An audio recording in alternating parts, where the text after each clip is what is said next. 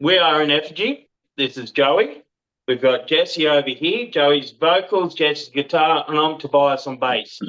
Our drummer's currently working. In the kitchen. Yeah. Good boy. Well, they should be. Yeah, right. Thanks for joining us today, guys. Good to catch up. Ineffigy have a fair bit going on in the near future, but we'll start with Lighthouse Rocks, where you earned the right to play after winning the Triple M Battle of the Bands in Bundaberg recently. So congratulations on that. Yeah, thank you, man. Yeah, thanks, bro. Yeah, it's been awesome, man. We get to open for Living End. I'm a massive Living End fan. Who isn't? Yeah, right. Iconic Australian band. Okay, so tell us a bit about that, guys. Like, I love your music, and a lot of people do, but it's very rare for someone of your style to win a Battle of the Bands for a radio station like Triple M. So tell us a bit about it. Bro, it shocked us as much as it shocked everybody else. Don't worry. Like, we usually just go into those things. We usually just goes into those things because they're a heap of fun. It exposes us to a, no pun intended, exposes us to a different crowd of people. Yeah, and sort of opens us up to the more stable local base of music fans. But yeah, no, we didn't expect to win it. And if you go back and watch that video, we were just as stunned as everybody else was. I didn't even, when they said our name, I didn't even hear it. I'm just standing there and they're going, come forward. And I'm like, what for? What? Oh, did we win? I'll check with Joe. Like, did they just say Ineffigy? What? And I'm just like, I don't think so, bro. I just went back to doing my thing. Yeah. To be honest, though, Kris, like after last year, we went in this year because we wanted the free tickets to see the Living End. Because you get free tickets for going in. Right. So we're like, no, we're going to go on it. But we just decided just to do what we always do. We didn't change it and go up. We didn't make it for a different crowd. We just went out there and did our thing. And we're kind of lucky lately because we're getting a huge groundswelling of support from locals up here in Bundy. It's strange for us. We're used to being the underdogs. So it's really nice to have that local support.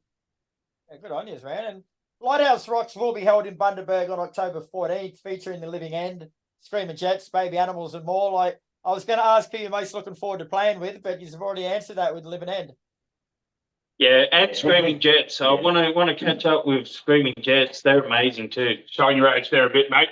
Now, nothing wrong with the jet. I used to go and interview Living End back in the 90s, so best of both worlds. Yeah, I've sworn to myself I'm going to get a photo with Kris Chaney's Gretsch guitar. That's my goal. He can play that motherfucker too, okay? Like, he's a very underrated guitarist. He is unbelievably one of the most undervalued and underappreciated fucking shredders in Australia. Yeah, I second that notion. I second that. So it's probably the biggest show yet for Ineffigy, guys. Like, are you starting to get nervous? Oh, bro, I never get nervous. In my first ever foray into live music, I was in a rap metal band years ago when I was like 17 years old, and the crowd was so hostile they were throwing bottles at us. Oh, wow. And from that point, man, like, honestly, like, nothing scares me, dude. I'll go out and play to anyone, anywhere. And look, when you're playing with the rest of the guys in Ineffigy and that, you kind of don't get nervous going on stage. You kind of just, you get excited. And you know you're going to just go out there and do what we do. We've been playing a lot lately, and we just kind of go out there and just focus. Just have fun. Yeah. As much as it's going to be a fun thing for you guys playing on it, like, is there a more serious side too? Like, he's going to be watching what the other bands do and how they prepare and how they engage. Like, is it a bit of a learning experience too, or is it just fun? Oh, definitely learning, I reckon, as well. Anyway. Yeah, definitely. And I don't think we ever play a gig where we don't try to take away something, like, to learn. Like, if we see someone doing something better, we know how to do it. We're gonna hijack that process. Like, that's the only reason. Like, we've always we started off as a scrub band, and we were just playing to nobody, basically, like most bands start out, and we stopped giving a fuck about that pretty early on in the game.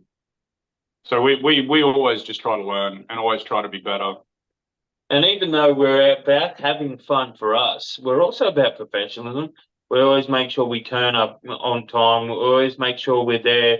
And if we can learn any way of honing that professionalism from other to bigger touring bands, we'll certainly be taking notes. Don't you worry. Yeah.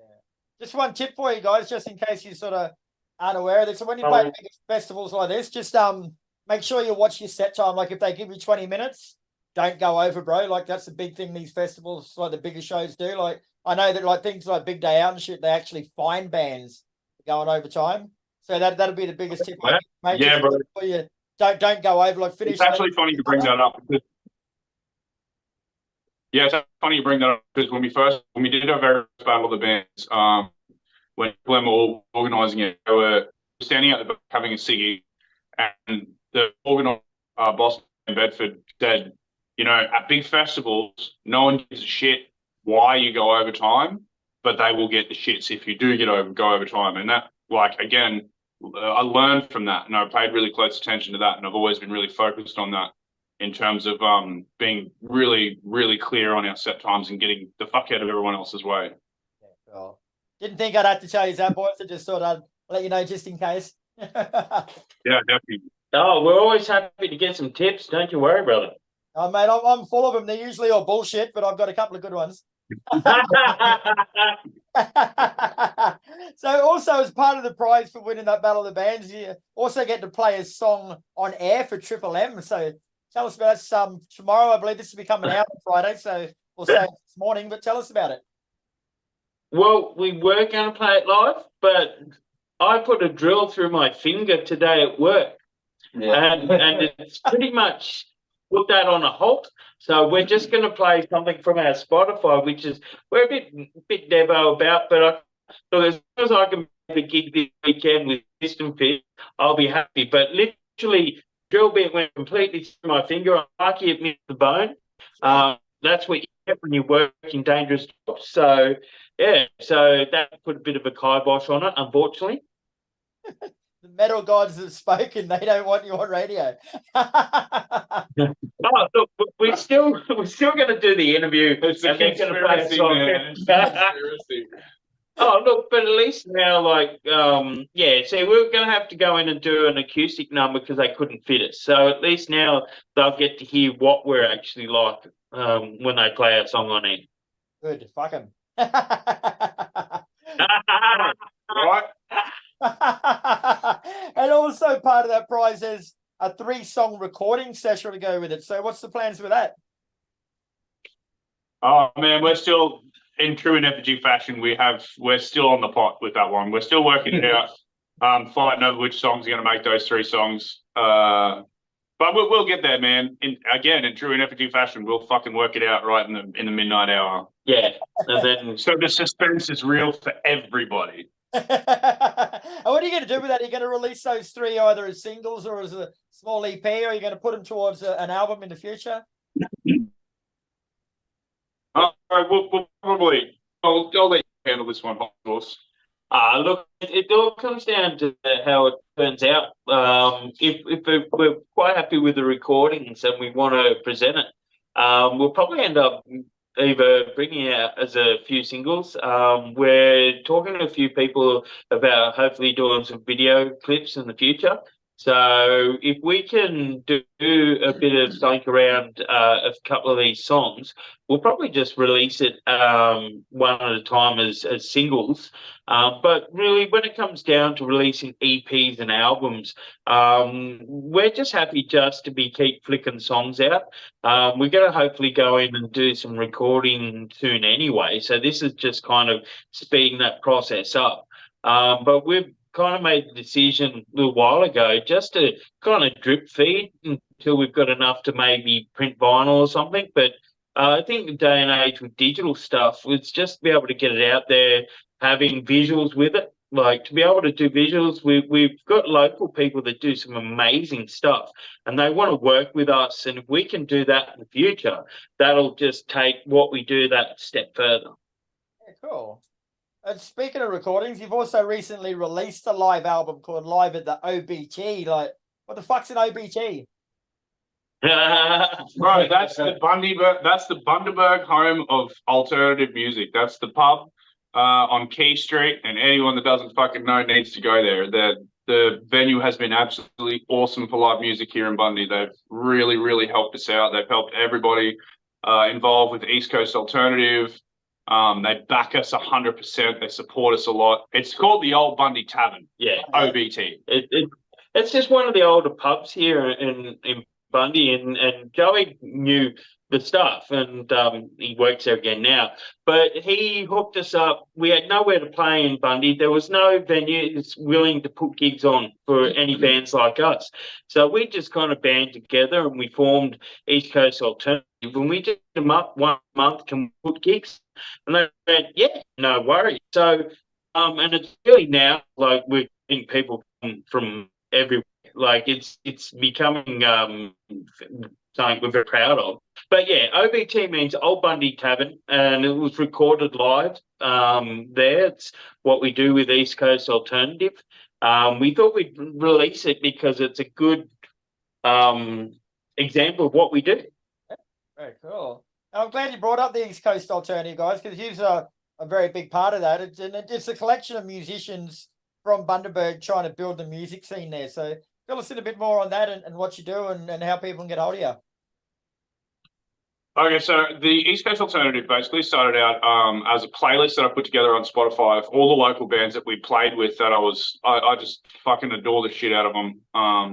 Bands like Ruination, East Coast Alternative, fucking Dirty Brew, Forest, and it sort of evolved from that because we as a band have played to empty rooms. Like the scene did not exist. Crown Ruckus, who is basically fronted by the boys from Exotic Potion Cookies, they were trying really hard, but they're a really, really big band. Going away, touring and stuff, and away and touring, nothing's really happening here. So we wanted something that was grounded and solid to put on live music in Bundy and develop a scene. There's no Sam from Bullman Street Massive asked me about fees to get involved. Man, there's nothing like that. Like if we love you and you want to come and play with us, you can come and play with us. We'll throw you on the Spotify playlist. We'll promote you when you bring out new material. Because realistically, all we want to do is make Queensland music fucking awesome, and we really, really want to push it, and we want people to listen to it and get familiar with it, sing along with it, and get way behind it. It's not even just for Ineffigy. It's not just for us. It's for everybody. And how do people get a hold of you guys for that?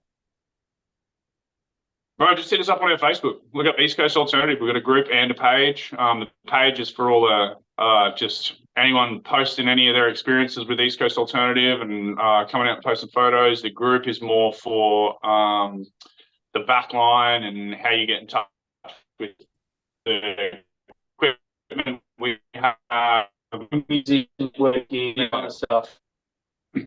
So yeah, just look us up on Facey. Otherwise, we've got cars. That's all good to you right now. But yeah,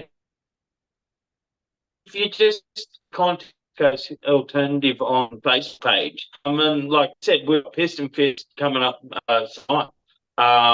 We're just trying to create a space that other bands can come and play with, and a professional space.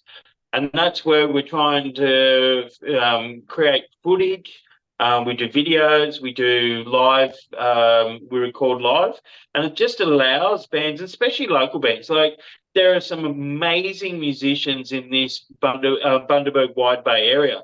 Now, through us doing these gigs, they've been able to hone their skills. There's bands like Reckless Era, they're a local punk band, and they basically started with the very first Triple M Battle of the Bands. And now they're just carving it up because they get to play live. They get to hone those skills on a live setting, on a stage with other bands that come through. A bit like kind of we were talking about what tips are we going to learn when we go to the festival. We're kind of giving that to local bands. And for us, we want to kind of hope that there's a lot of young people that are kind of catching on. So hopefully, instead of thinking, we're in a rural area, there's nothing happening, maybe they might just go, well, bugger it. These clowns are playing music. We might do it too. Yeah, and I think the fundamental thing too is that, like, as an Australian bands, venues on the East Coast are few and far between. So if we can encourage other venues to open up their doors and put bands on and create spaces for more bands to play, because they can see that it's profitable. Like, metalheads love to fucking drink, man. Yeah. And like our bars make a lot of money over the bar, and they're fucking like Old Bunny Tavern has an Ineffigy cocktail for $18, and like you'll fucking see everyone with one in their hand, you know, like. But we want to create the entire Queensland space of live music, because the sparsity of space between every venue all the way up the coast is massive. You know, this is a huge country, and it's really, really hard to get venues behind you. I mean, you down in Victoria, you can play venues down in Melbourne or down in Sydney or whatever, but Queens, you know, like, it's here. People want it, and we want to work to give it to them. You know, in a professional, we have a really good backline. We have really good, like Twice says, we record everything. We have professional level videography. Bro, rising tide lifts all ships. We're just trying to make everything better for everybody. Good on you guys. Good on you. And this Saturday night, you play Metal United Worldwide at the Sugarland Tavern with Piston Fist, Exotic Potion Cookies, Masters of Mayhem, and Steroids. Like, sounds like fun. Tell us about that. Fucking bet, man. And that venue is crazy. It's an old closed down 3-story nightclub. Oh, wow. And it has just the most beautiful, seedy fucking vibe to it. I love it so mirrors and more little alcoves and rooms than you could poke a few fingers at. So many nooks and crannies for cocaine, Kris. There's so many nooks and crannies.